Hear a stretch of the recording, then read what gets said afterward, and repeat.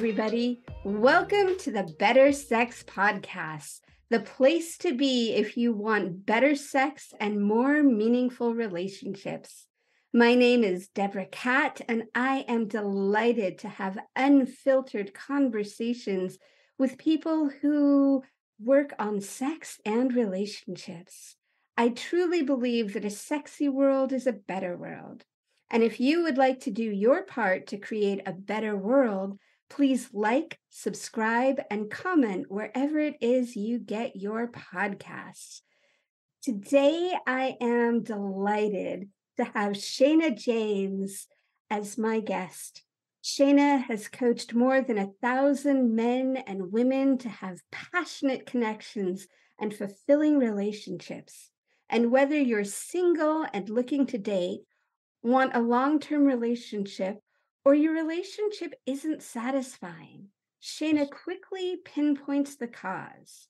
In her new book, Honest Sex, A Passionate Path to Deepen Connection and Keep Passionate Relationships Alive, she jumps in and shares her secrets.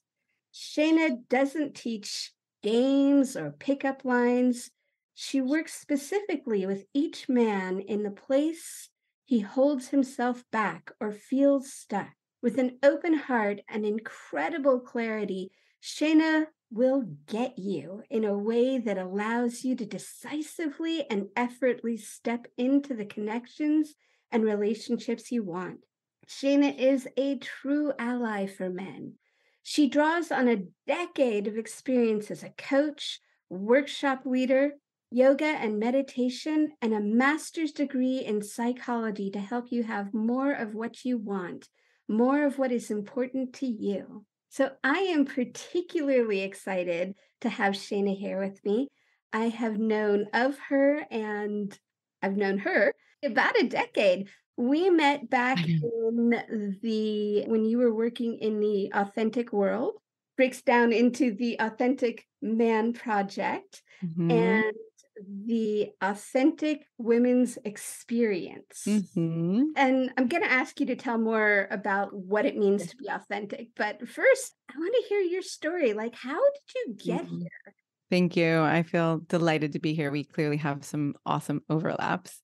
And yeah, I don't know, in my bio, I think it's at a decade, but it's basically been 2 decades now, which is aging myself. So if I go back to that point, I was part of an intentional community in San Francisco, and we were committed to being honest with each other and being authentic. And we were making messes with each other, but we committed to stay and clean them up. We were like, all right, we're going to work with jealousy and attraction and just feeling upset with each other. And we were going to be real about it. And we did. It was a beautiful experience in my life. And it like rewrote some of my stories around people just aren't getting it. People aren't getting me. Like nobody sees me. So it was really beautiful. And then 2 of the men created this course called the Authentic Man Program, where I got to be on a team of women to give honest and loving feedback to men. And it radically changed my life and broke my heart open in a way that I'd never experienced and helped me really see behind the curtain of what's going on for men and the struggles that they face, and felt like a calling. Like after that, I created the Authentic Woman Experience with my co-founder, Alexis Shepard. And it was beautiful work. And we did that for a really long time. And I always felt like, oh, I want women to have this.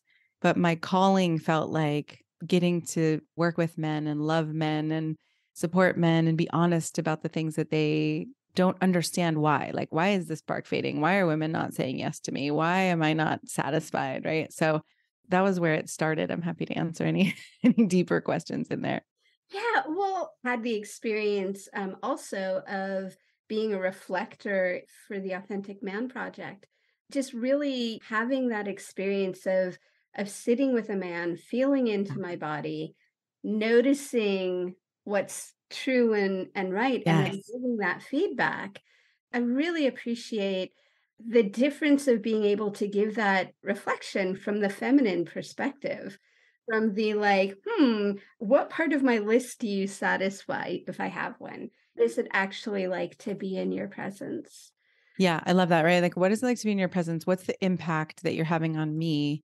Therefore, I'm not telling you who to be. I'm not telling you what the right way is, but I'm just telling you, like, if you're having an experience where it's not going well, take this into consideration. The impact you're having in this moment is likely something that happens in other moments too. So, really, again, letting men behind the curtain for our reality with love and with foundation of wanting them to have what they want, as opposed to, when you go on a date, someone's not invested in you necessarily having what you want. Or if you're in a relationship, the stakes are so much higher and it feels scary for him to have what he wants if I'm not going to get what I want. So it feels like a really beautiful process. So I'm curious about the way that you're using. So the title of your book, Honest Sex, brings up so many questions. Like, first of all, there's sort of like, what do you mean by honest in this? And then what do you mean by sex in this? Okay, so we start with the honest. What I discovered growing up in my family was that there was a kind of honesty that was pretty destructive and painful. Say it like it is. I'm going to tell you how you are. I'm going to blame, shame, attack. I mean, you could argue that's not honest in a way. It's like, well, I'm telling you how I feel. I'm telling you what I think. So I'm being honest, right? My process of writing the book was to help people discover what kind of honesty is actually effective for creating intimacy. Part of what I found was that we have to mature our honesty. And in order to do that, we have to have a sense of, where is my honesty coming from? Right? Is it coming from a surface layer of complaints and frustrations and irritations, and I'm right and someone else is wrong? Or on a deeper level, I think it comes from a vulnerability and a sense of, hey, this is painful for me, or I'm not enjoying this, or something's going on here that isn't working for me. It's not a character judgment on another person. It's revealing what's happening for me. I think part of that can be really helped. I have a chapter in the book that's called You're Not Who You Think You Are, Neither Is Your Partner. There's a lot of research these days in the psychological and spiritual realms where we realize we're actually parts. It seems like we are one cohesive being, but we're actually made up of parts. So one of my teachers had the analogy, I don't know if it was hers or someone else's. I feel like I've heard it many times before. In recent years, she said to me, we've got many different parts or selves, she calls them selves, and think of them all on a bus, right? And it's not like we're trying to kick any of them off of the bus, but we don't really want to give the keys to drive the bus to the ones who are wreaking havoc, right? Or like, I want to give the keys to the bus to the ones who have my best interests and my relationships in mind. And they're coming from a place of wanting good, not from a place of some of those younger parts of us that are jealous and that are bitter or resentful or, right, just not as effective or loving. So, yeah, to me, that's my sense of how to mature honesty to create more connection and intimacy. So, what you're saying then is we have all these different parts inside of us. Yeah. And it's almost like we're choosing who gets the mic To speak. Yeah, exactly. You know, We can. We're not always choosing, but we can choose. yes, that's pretty true.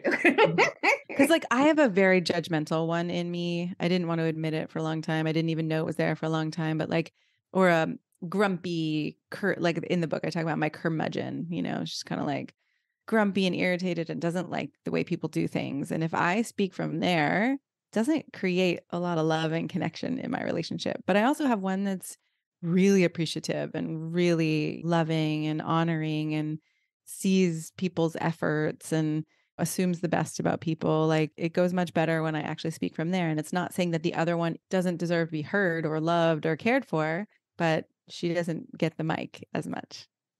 Got it.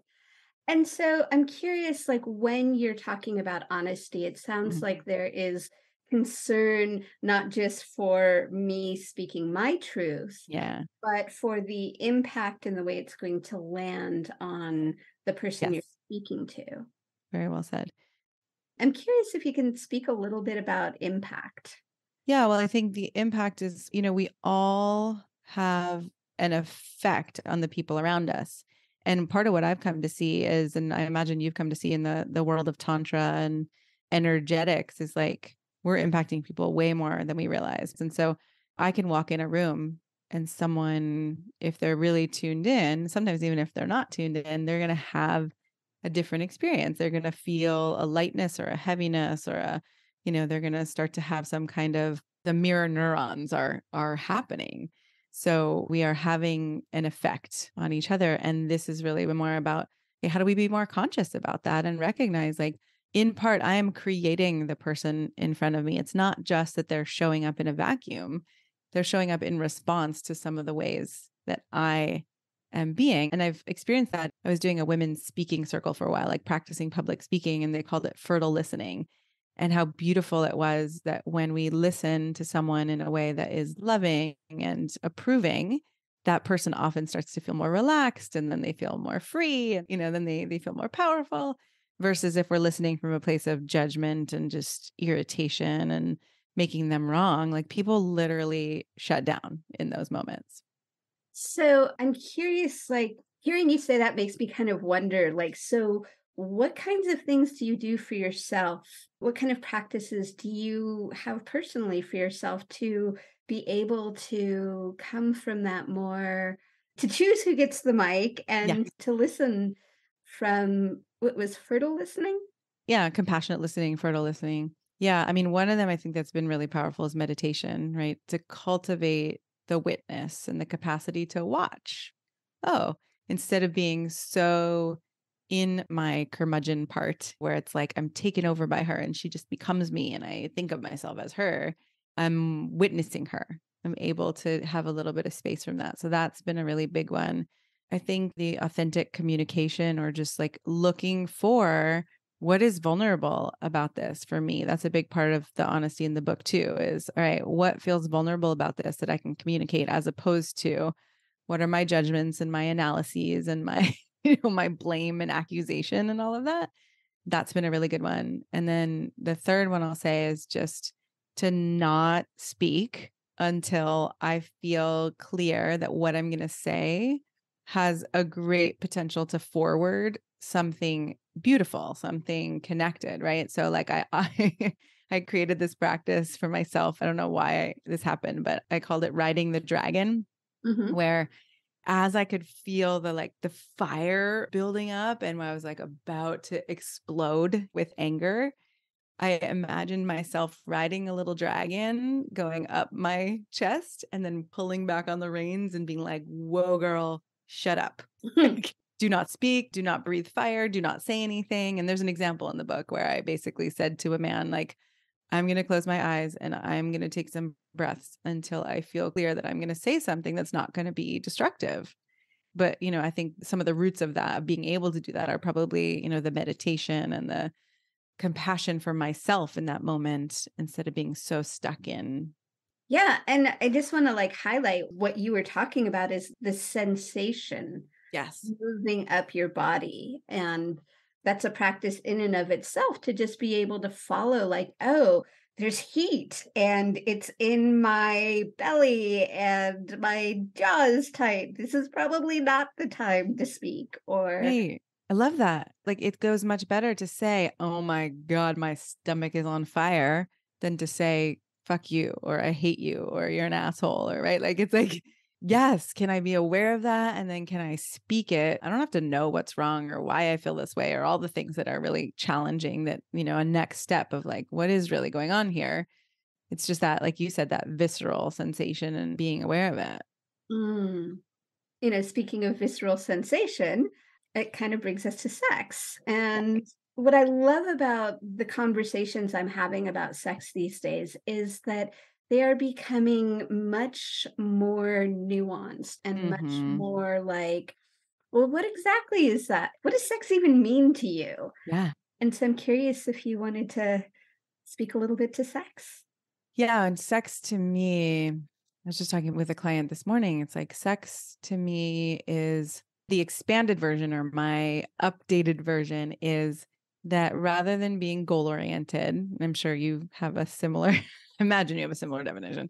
It's pleasure oriented, it's connection oriented, it's like it's play oriented. It's how do we experience all of our senses, whether it's by ourselves or with another person, and get deeper and deeper into the subtleties and the moments and the joys and the delights, the sensations of it.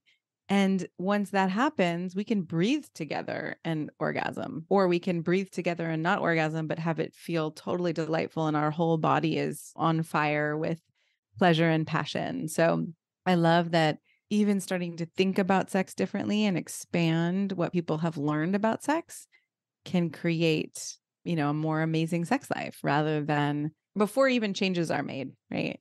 And I always just like to think of it that a lot of people I see try to fix the passion in their relationship by being like, all right, well, let's have a date night, or let's try some lingerie or try a new position or something. And to me, this book is really all about that. The fundamental thing that keeps passion and connection alive is this kind of mature honesty where then the channels are open, right? They're not all gunked up between each other with all the shit that we're holding about each other.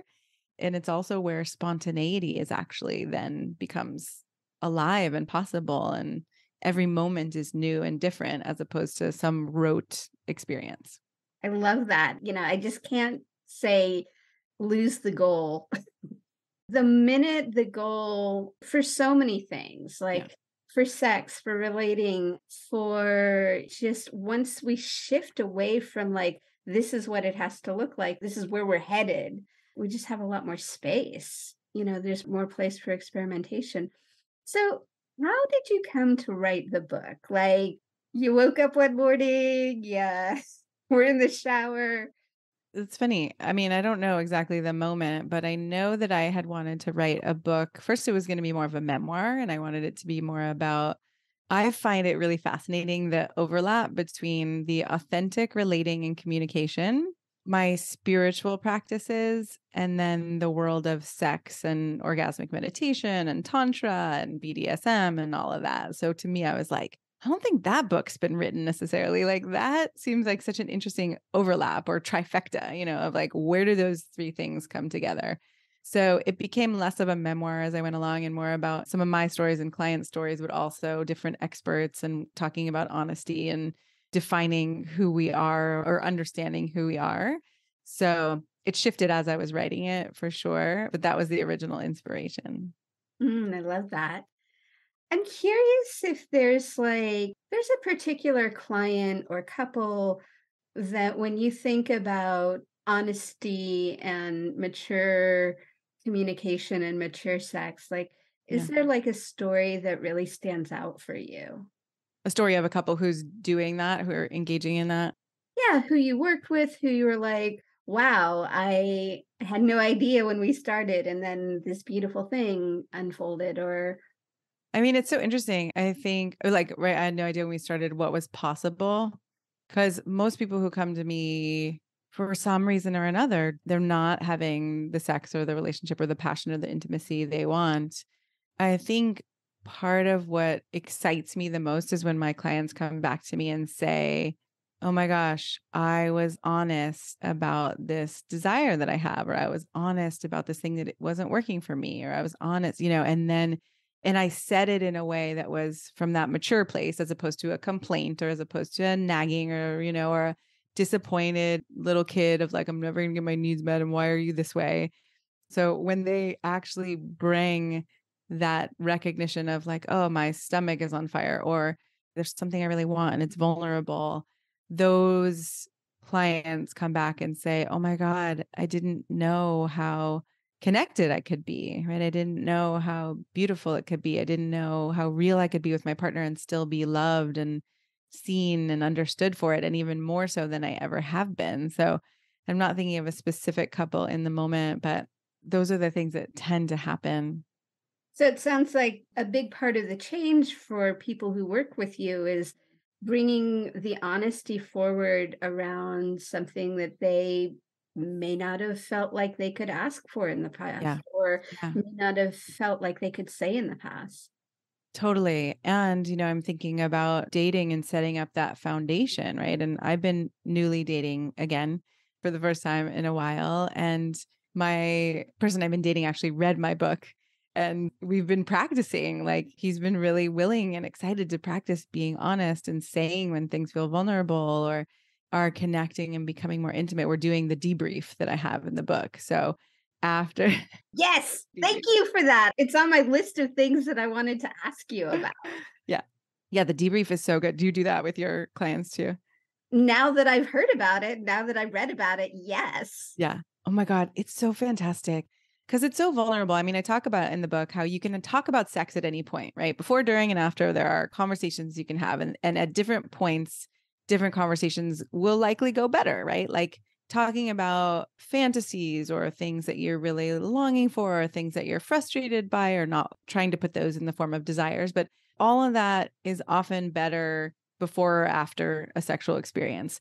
However, in the moment, you can often say, like, oh, could we try this? Or this feels good, or this doesn't feel good, right? But it can tend to be more simple, and people tend to get their feelings hurt in the middle because we feel like our worth is connected to how good of a sexual partner we are. It can just kind of spiral down quickly. And one of the things I'm curious about is how do you suggest that people ask for what they want? So we're in the moment. Yeah. Things are kind of going like a little to the left or a little Yeah. to the right. It's not quite what I'm wanting. How do I say to my partner, do something different? Yeah. I mean, one way could be to say, hey, can we pause for a moment? Or could just be another way would be more directing, like, would you be willing to, or, making a request? I guess that's less directing, more making a request. Another thing I talk about in the book is the appreciation sandwich, where you say, like, oh my gosh, I'm loving that you're touching me here. And can you do that a little bit lighter? And then, oh, awesome. Thank you. Or, right. So there's a sense of some people find that a little awkward and feel like it's inauthentic or disingenuine to say that you like something when you're going to ask for something to be different. But I find that I do actually like it. Like it helps me focus on something that I appreciate and something that I'm really enjoying. And also that it's okay to ask for something to be different. So, I mean, one of the things that also helps in the moment is to have had those contextual conversations before having sex. Like, hey, when we're having sex, can we make it okay that if either one of us wants something to be different, we can say so and we don't have to feel bad about it, or if we do feel bad about it, then it's okay. But like, we're going to say it. So again, the combination of the before, during, after, and then the debrief after is an amazing point at which to say, and I've done this many times, like, oh my God, looking back, I woke up one morning after a date and I was freaking out and I was like, what is going on? It was good. Sex was pretty good. And I had this feeling like I dishonored myself or I disconnected from myself or something. And I couldn't quite figure it out. When I actually got in there, I was like, oh, there was a moment where I suggested something or asked something. And in that moment, it was like we disconnected and then it became much more physical and much less emotionally connected. Right. Mhm. And not that that's bad. Sometimes that's fine. It's just, it's not really how I like to be sensual or sexual. Mhm. So I said something and we went back to the moment. And I realized what had happened and we both clarified for ourselves what had happened. And then we both clarified what we would have wanted to happen if it had gone the way we wanted it to go. And then the next time we had a date, it was so much easier to feel connected and intimate as opposed to like, oh shit, is that going to happen again? Or, oh God, I'm blaming him for what happened. So, yeah, the debrief can be a really beautiful place and less vulnerable to talk about some of those things that either you're afraid to say in the moment or you miss. And then looking back, you realize, oh man, I totally missed that. It kind of makes me curious, like when you're, I guess, when you're meeting somebody, when you're kind of starting the negotiation about sexuality, like how honest are you? Like how straightforward are you? Do you let them know it's like, by the way? Yeah, I'm really fucking honest. I mean, I think everybody has their own level of comfort, Uh-huh. but yeah, I mean, what would your by the way be? That's a great question. I think it would be something along the lines of I really take my pleasure seriously. And Yeah. so, it's something I'm going to want to talk about. I'm going to want to talk about it before. I'm going to want to talk about it during. I'm going to talk about it after. After. I'm going to want to Yeah. see you every 3 weeks. Yeah, Like, totally. I think that when I talk to potential partners about my interests, I'm actually starting to talk less about what I want to do and more about Uh-huh. what I want to feel. Oh, I love that. So Yeah. it's like I can want to feel a lot of different things. It's like Mhm. sometimes I want to be more connected. Sometimes I want to be more submissive. Sometimes I just want to get right down to Right down to it. Yeah. right down to Right. I think it's so great. I mean, I think the more we talk about it, there's a chapter in there that's also about like how to talk about sex without killing your sex life. Cause so many of my clients come to me and they're like, I don't want to say it because I think it'll kill. And I'm like, no. I mean, yes, there are ways you can say it that will kill your sex life. Mostly if you're shaming or blaming or coming from all this fear and you're not really working it through before you say it. But when I talk to most people who are not talking about sex, it's like a hope and pray, right? Like Mhm. I hope and pray that my sex life is going to get better. But really, does anything get better when you don't practice or talk about it or collaborate or work toward a shared vision? No. So why would your sex life just like spontaneously get better? I mean, we're not taught hardly anything. So I think that's where we all struggle. Yeah, and I cannot get over the fact that there are actually places in the US where they don't even have to give like Education or sex education, but it doesn't even have to be accurate. Like that's no. crazy to me. Yeah. But that's a whole nother tangent. I was Yeah. going to say that speaking of talking about sex, I mean, I have clients that have been married for like 30 years and Mhm. they're like, we thought things we were going to need to move on. And then we started actually talking to each other. And Yes. what I find so fascinating is, especially in long term relationships, we start actually dealing with our projection of our Yeah. partner. One of my teachers talks about how, like, we get, especially when we get upset with our partner, like, Mhm. we have this whole story of who they are. So, as you're talking with your clients, and I know this is in the book as well, but like, what is one small step they can take towards being more honest and being more open around sexuality? Yeah. I mean, I think the one step I would suggest is to either have a conversation about what are we each wanting or desiring or feeling excited by next in our sex lives, or a debrief after a sexual experience where we get to say, like, this is what I loved and this is what I would want more of. And this is a thing that I feel vulnerable or afraid to tell you. Either one of those are going to set a completely new trajectory, or maybe not completely new, depending on maybe things are mostly good or great. They could be phenomenal, or maybe things are physically, sensually amazing, but not as emotionally connected as you want them to be. Right. So it sets you on that trajectory of actually being collaborative partners to have a shared experience that's exciting and satisfying and deep and transcendent and all those things, as opposed to just like, yeah, it's good. So this is a little bit of a follow-up question. So if you've got somebody who they haven't spent a whole lot of time really considering their own desire, and they're like, well, I'm not even sure I know what that I is. want, How do you start that conversation? It's more yeah. of self-inquiry, but Yeah. And now there's a chapter in the book too about, how honest are you with yourself?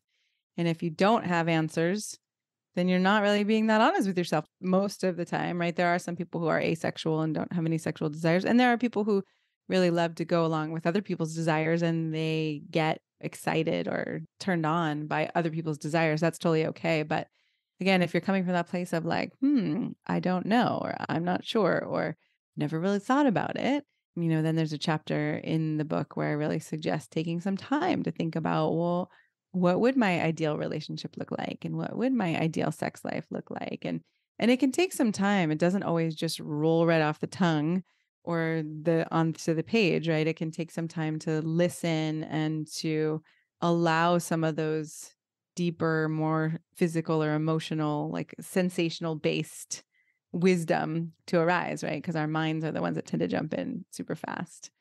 So I think making that time. And then sometimes as you start to find, oh, I'm having these dreams, or I'm, starting to have these fantasies, or right, you can start to pay attention to what your psyche is creating. mm. And how important do you think like a self practice, a self pleasure practice is when you're in relationship? Yeah.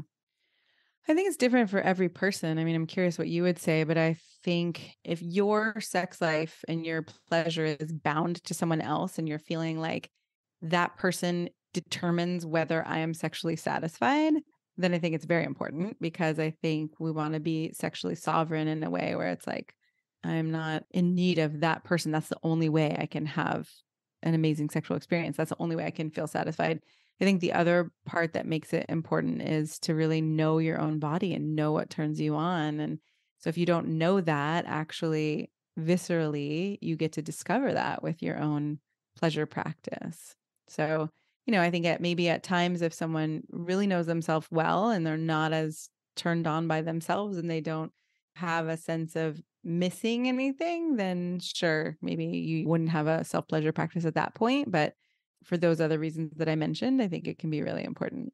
Yeah, I agree. I think as you get to know your own body and what it's capable of. And sometimes I've noticed with some of my clients, and they're actually more hesitant to be with themselves Uh-huh. Then um, with a partner. versus have their partner do to them. And I just find that really fascinating. Yeah, I think so many of us have been conditioned that that's dirty or that's weird or that's wrong or that's, just not what you do. Or so it is fascinating to me too, but I think it probably has its roots in how most of us were raised. I mean, most of us didn't have a conversation about sex with our parents from our generation, but we also really didn't have masturbation or self-pleasuring conversations, right? Like, yeah.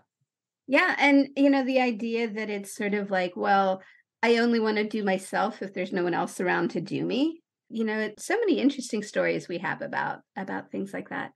I'm curious, we've talked a little bit about the lack of education and lack of conversations we have with families, and I'm curious as a parent what some of those conversations look like with your child. Well, it's been interesting. And I wrote about this in the book a little bit too. So my kid is 11 and, we've had some conversations. And then I am also like finding it awkward. Like, when do I have these conversations? And how do I bring it up? And, at one point recently, we were having some kind of conversation. I don't even think it was about sex. But we were having some kind of conversation about my relationships when I was young. She was asking me like who I dated and how. And I said, you can always talk to me about anything. And she was like, I don't want to. And I was like, okay, well, then we could also find someone else who you trust, another adult to talk about it with, because there are going to be questions that you're going to have.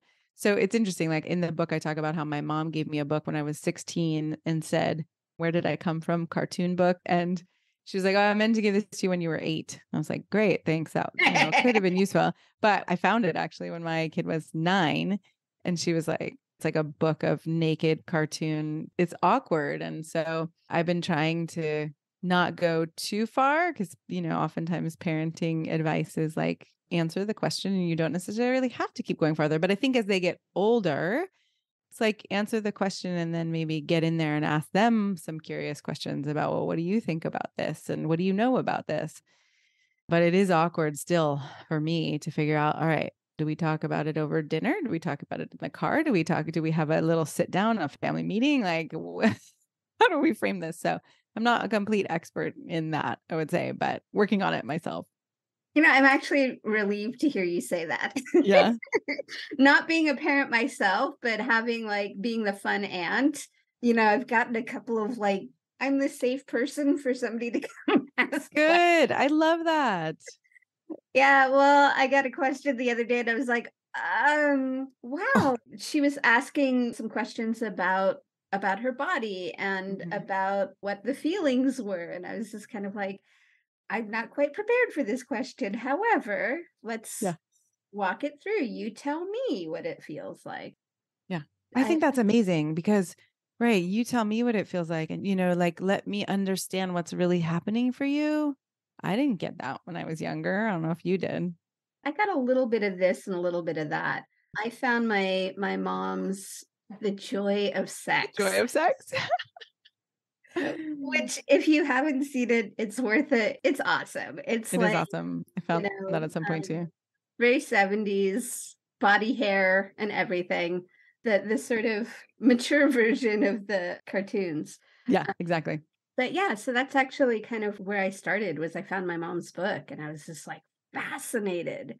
And then there's all these different kinds of prints and stuff. My mom was a nurse, so she Nice. definitely gave the medical version of a lot of things. Yeah. That's what I said in the book too. I got some of those medical versions of like, this is where your fallopian tubes are, and here's what a condom looks like, and here's how to put a condom on a banana. But I never got what is it like to be intimate with another person and how do you communicate through your body and through your emotions, not just with your words. And how do you take care of someone and how do you honor them? And consent is much more in the culture now than it was then for sure. But Right. yeah, I wish that all of that had happened. So you've been using the word intimacy, and Hmm. that's often a word that is a euphemism for sex. And so I have an idea of what you might mean by that, but I'd love you to be Yeah. more, to break it down and be a little bit more specific about how you're using that word intimacy.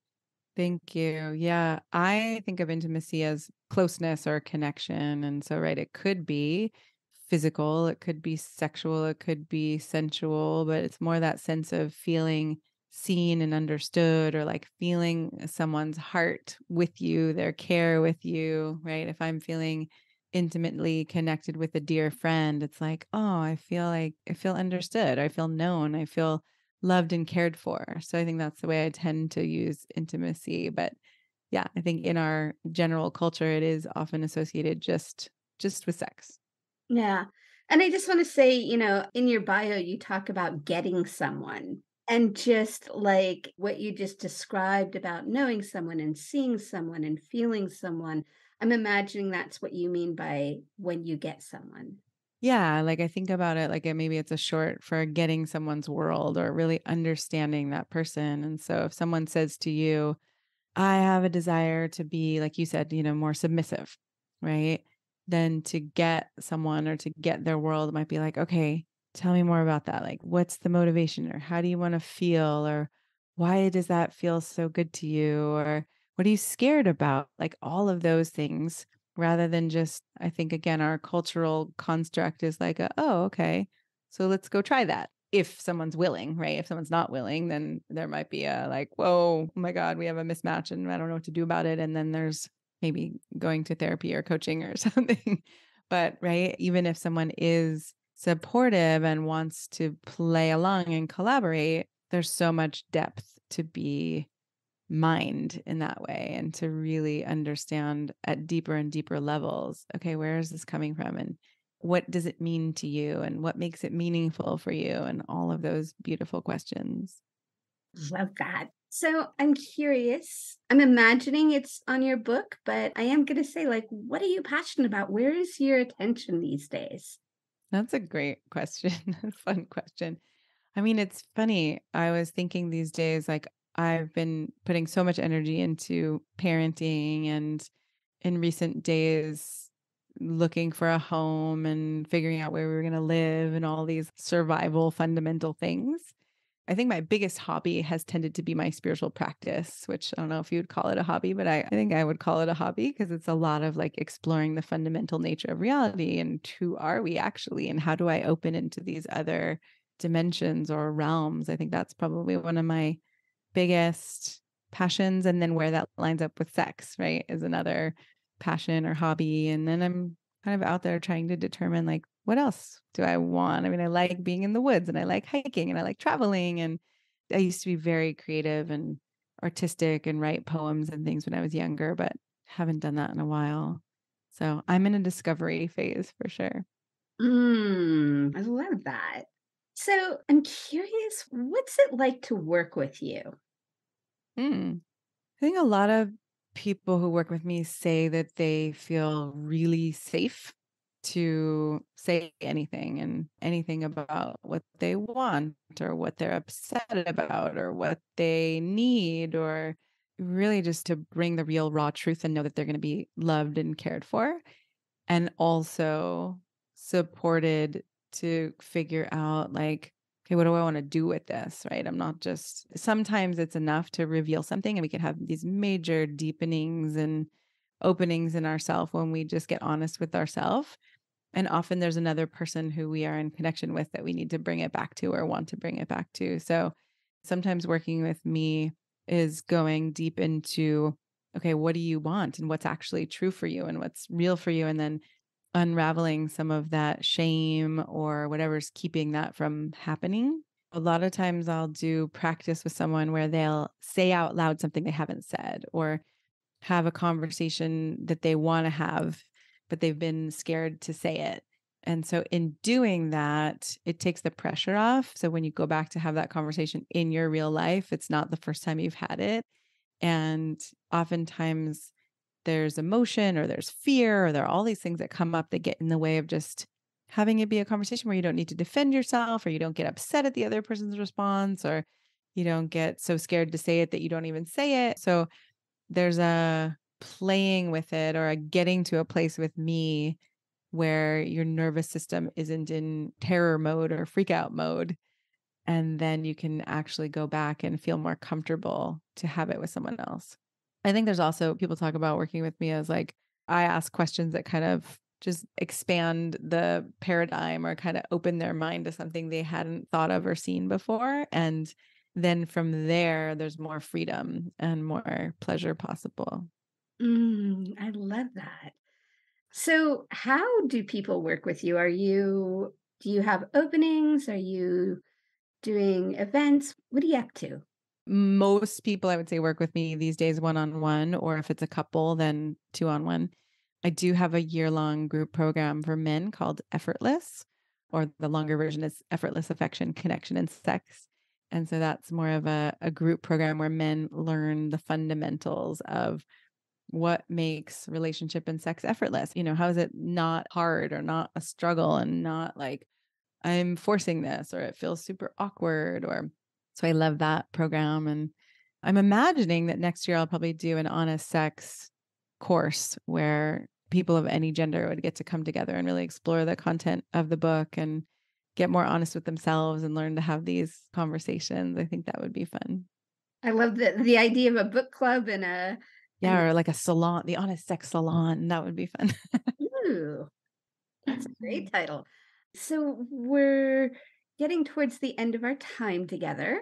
Got a couple questions for you. So, if you were talking to somebody who identified as male, what do they need to know about those of us that identify as being female? As female, right? So if you're a heterosexual relationship, then I think from what I've seen over the years working with thousands of people in different genders, like in the heterosexual dynamic, women are tending to want men to know to slow down and to learn to attune, like to actually feel when their energy is going up or when their energy is going down, or when there's more pleasure, when there's less pleasure. Like women tell me that they want someone to notice the subtleties and to pay attention to them and to be willing to either slow down or have more foreplay, or just have a longer experience where it's not goal oriented, and where men don't see that as a sacrifice, but they actually see it as a thrilling experience where we get to create more pleasure together. Beautiful. And then the other side of that is for women who are interested in relationships with men. What do we need to know about Yeah. men? I love bringing to women that every man is human and vulnerable, even if it seems like he has a facade or he's got it all together, or he's, not emotionally available. Like it's actually in there, and it might take some help, from someone else to get in there with him. But remember that instead of assuming that it's not there, to really speak to that one in him, and to speak to him with desire versus complaint. That's something I wrote about in the book, that every complaint reveals a desire. And so when we bring our desires, it actually goes better than when we bring our complaints, because people feel ashamed and they feel not good enough and unworthy. And so if we can start to bring the desires and that vulnerability, that sense of this is why this matters to me, or this is why this is vulnerable for me, it often opens someone's heart if we open our heart first.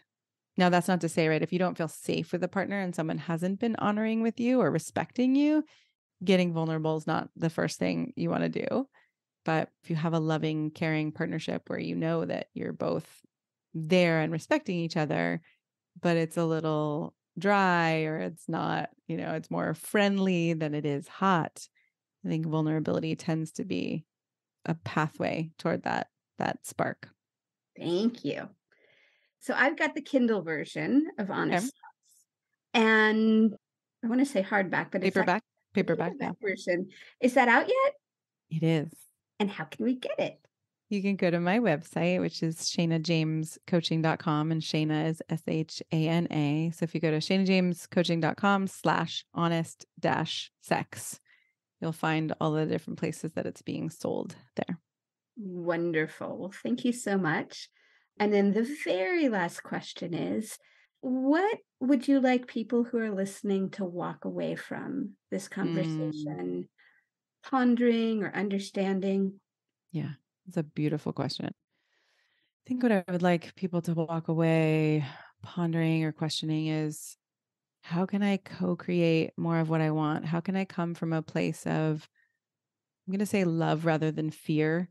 And what I mean by that is like, how can I come from a place of care and desire and like, this is good, right? All of the things that I'm wanting are good. There's nothing bad about this, even if I'm afraid of being too much or not enough or too slutty or too much of a prude, or like to hold it as, wow, my desires are good and beautiful and right, no matter what gender you are. And to know that if someone else doesn't have those same desires, it's not that yours are wrong. It's just that there's a mismatch, right? We're not necessarily matched. So to come from that place of, I'm right and good, and how can I create and collaborate with someone, versus I'm on my own over here. I've got to figure this out by myself. I can't ask any questions of someone else. That's the worst, is when you're like having an intimate relationship or a sexual relationship with someone and you feel like you should already know and you can't ask questions because that would make you weak or unmanly or not feminine or whatever it is. So talk about it, ask about it, and you can admit this is kind of a vulnerable conversation and I've never had this, or I'm afraid to have it, but I want to. That is so, so good. So thank you so much to my guest, Shana James, author of Honest Sex, masterful coach, creatrix of incredibly empowering programs for women and for men. And I highly suggest that you check her out. All of the links are in the show notes. And I just want to say thank you so much for joining me today, Shana. And for those that are listening, I invite you to please subscribe and like and leave a comment wherever you get your podcasts, doing your part to create better sex in a better world. Thank you so much, and we'll see you at the next conversation.